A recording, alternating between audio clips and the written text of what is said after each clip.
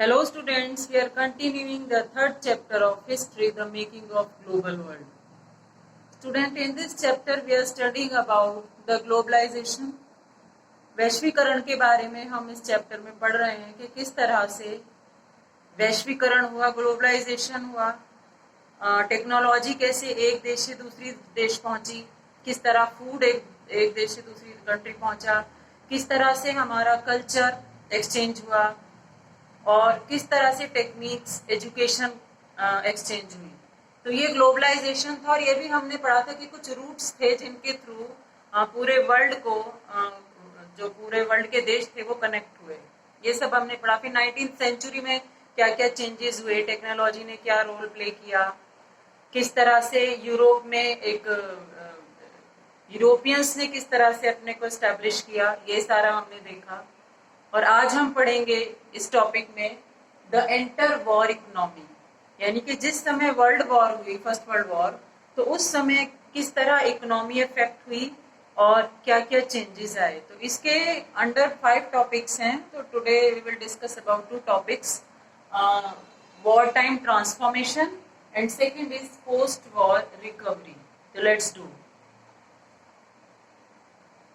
There are 5 points in this topic which we will read, and today we will discuss about 2 topics, the inter-war economy and the post-war recovery. अब देखते हैं कि जब first world war हुई तो उस समय पे यूरोप में बहुत ज्यादा डिस्ट्रक्शन क्रिएट हो गया था, यानी कि बहुत ज्यादा विनाश की स्थिति पैदा हो गई थी ऑल ओवर द वर्ल्ड, सभी देशों में।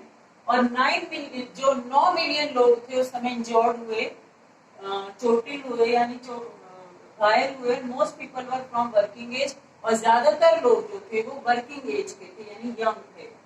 ठीक है, रिजल्ट क्या हुआ उसके बाद? नंबर ऑफ वर्कफोर्स डिक्रीज, और यूरोप में बहुत ज्यादा बड़े पैमाने पर जो काम करने वाले लोग थे उनकी संख्या घट गई, और पावर जो फ्यूअर अर्निंग मेंबर्स थे, जो फैमिली में जो कमाने वाले लोग थे उनकी कमी हो गई, या जो फैमिली चला रहे थे, अर्निंग जो इनकम कर रहे थे, क्रिएट कर रहे थे, उनकी भी कमी हो गई।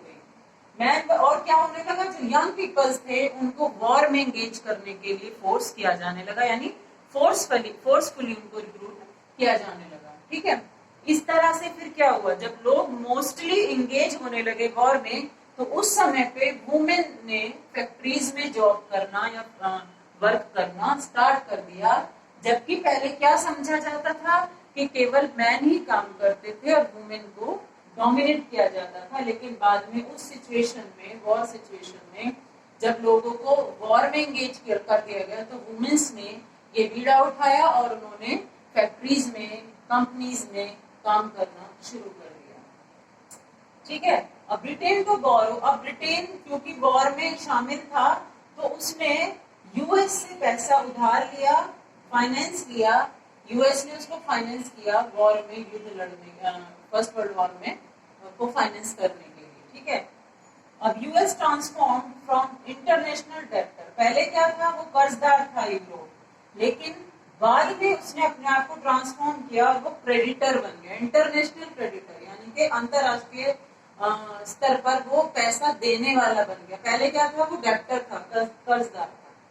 ये था हमारा फर्स्ट टॉपिक, यानी वॉर टाइम ट्रांसफॉर्मेशन। ठीक है, ज्यादा से ज्यादा लोग अफेक्ट हुए, डिस्ट्रक्शन हुआ, लोगों को फोर्सफुली उसमें भर्ती किया गया, वुमेन्स ने बीड़ा उठाया और वो फैक्ट्रीज में जाके उन्होंने वर्क किया।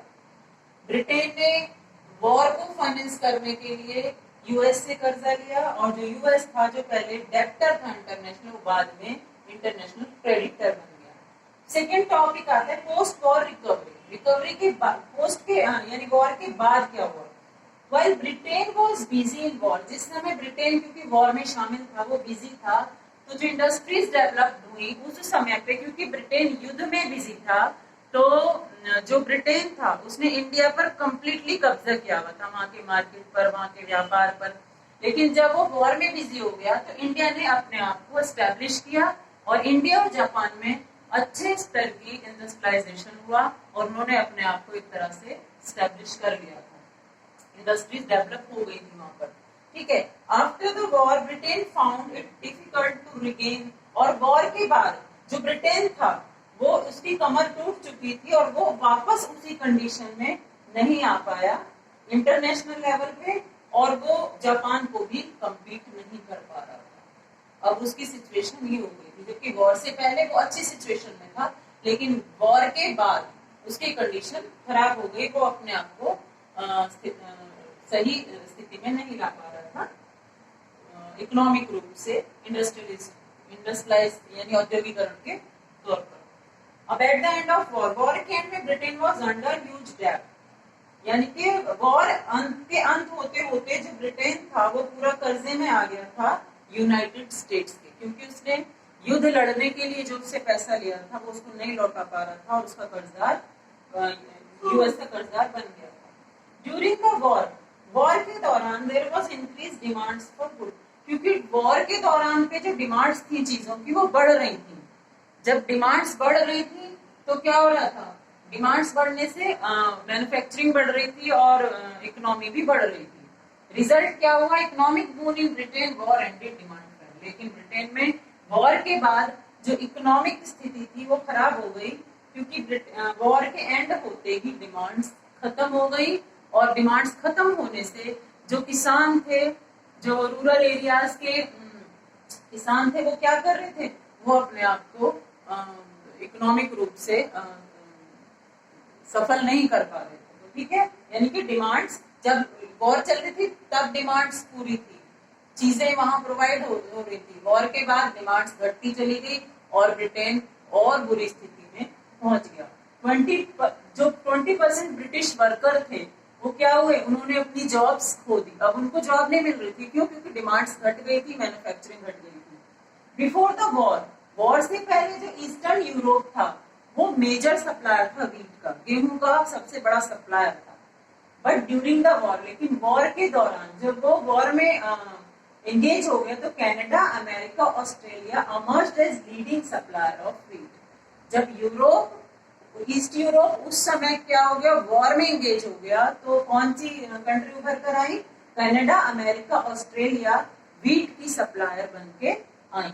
और आफ्टर द वॉर के बाद eastern Europe again started to supply wheat, और ईस्टर्न यूरोप ने फिर से वॉर के बाद वापस आकर गेहूं का प्रोडक्शन स्टार्ट किया, सप्लाई स्टार्ट किया। रिजल्ट क्या हुआ, glut of wheat in market price fall, यानी कि वीट का बहुत ज्यादा मार्केट में जमा हो गया और इसी वजह से जो उसकी कीमत थी वो घट गई and created havoc in rural economy.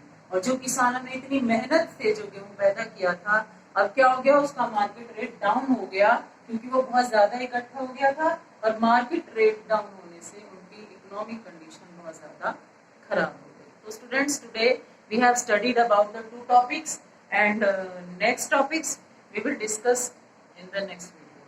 Thank you.